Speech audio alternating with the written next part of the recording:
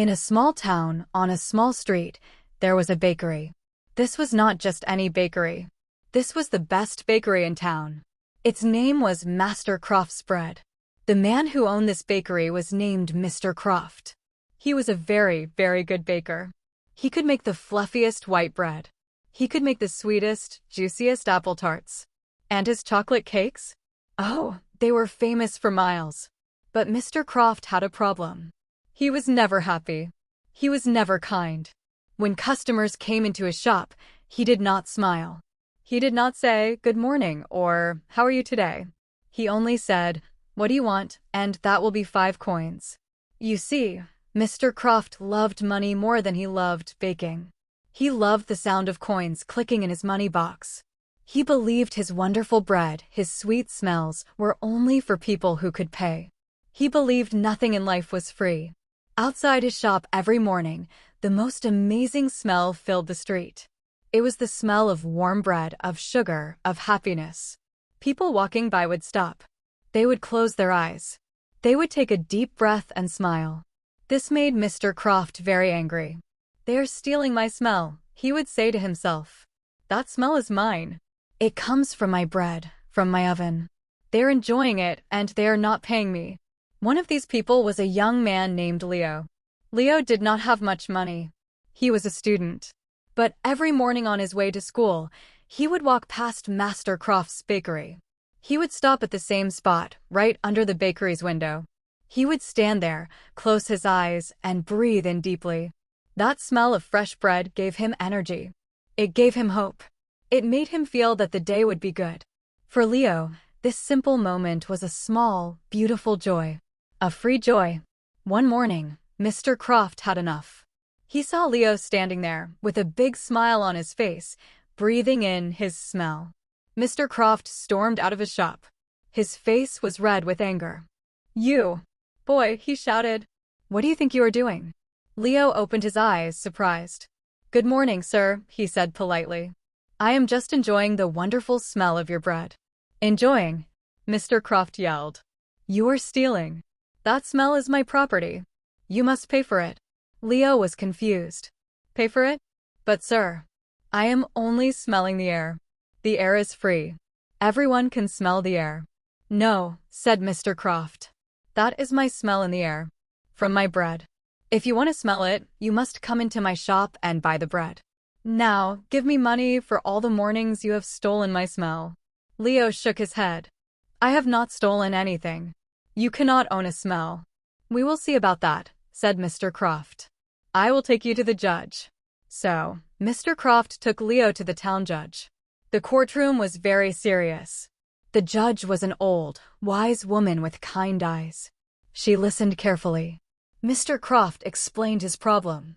"Your Honor, this young man stands outside my shop every day. He breathes in the smell of my fresh bread. That smell is the product of my hard work. My flour, my oven, my time. He is enjoying my property without paying. It is theft." The judge turned to Leo. "Young man, what is your side of the story?" Leo spoke calmly. "Your Honor, I stand on the public street. I breathe the public air. The beautiful smell from the bakery travels on the air. I have never taken a loaf of bread. I have never entered his shop without paying. How can I pay for air? How can anyone own a smell?" The people in the courtroom whispered. It was a very strange case. The judge thought for a long time. She looked at Mr. Croft's angry face. She looked at Leo's honest face.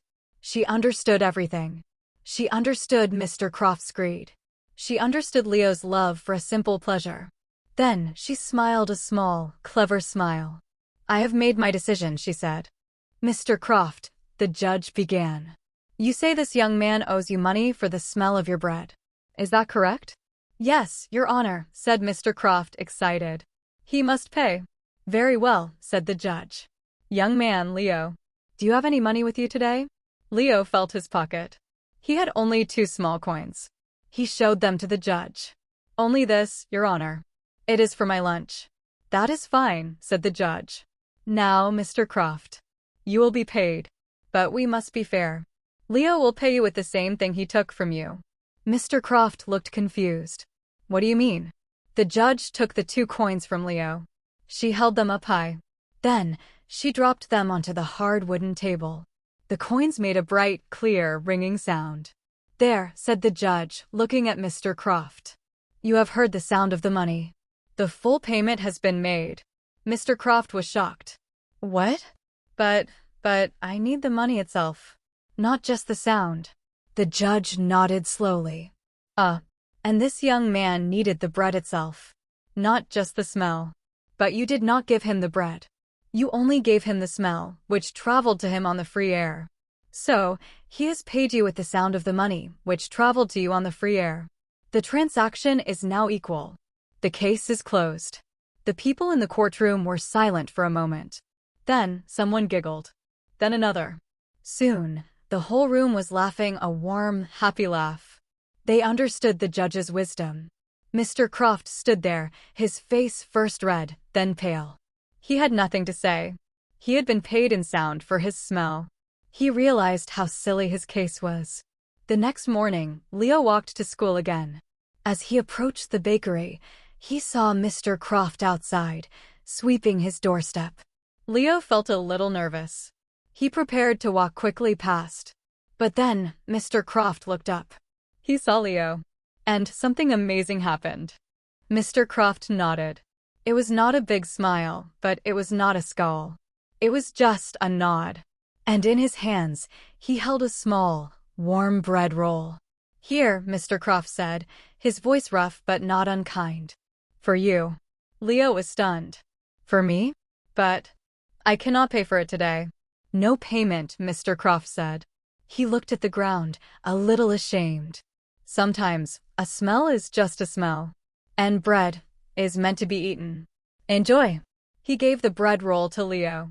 It was warm. It smelled of flour and yeast and kindness. From that day on, the smell from Master Croft's bakery did not change. But something else did. Now, sometimes, if a hungry child looked longingly at the window, Mr. Croft might give them a small cookie. Now, he sometimes said good morning to his customers. He learned that you cannot own the air, or a smile, or a smell. But you can own the choice to be kind. And that choice makes life sweeter than any bread. And so, our story ends. What did we learn today? We learned new English words. We learned English phrases. But more importantly, we learned a lesson for life. The best things are often free: the air, a smile, a beautiful smell, an act of kindness. Do not be like the old Mr. Croft, who tried to lock away the beautiful smells of his life. Be like Leo, who found joy in simple moments. And be like the wise judge, who solved a problem with intelligence and fairness. Life is not only about what we can buy and sell. It is about what we can feel and share and give. Thank you for learning English with us through this story. Subscribe and click the bell so you never miss a new story. Until next time, keep learning, keep smiling, and remember to enjoy the simple, beautiful things all around you. Goodbye.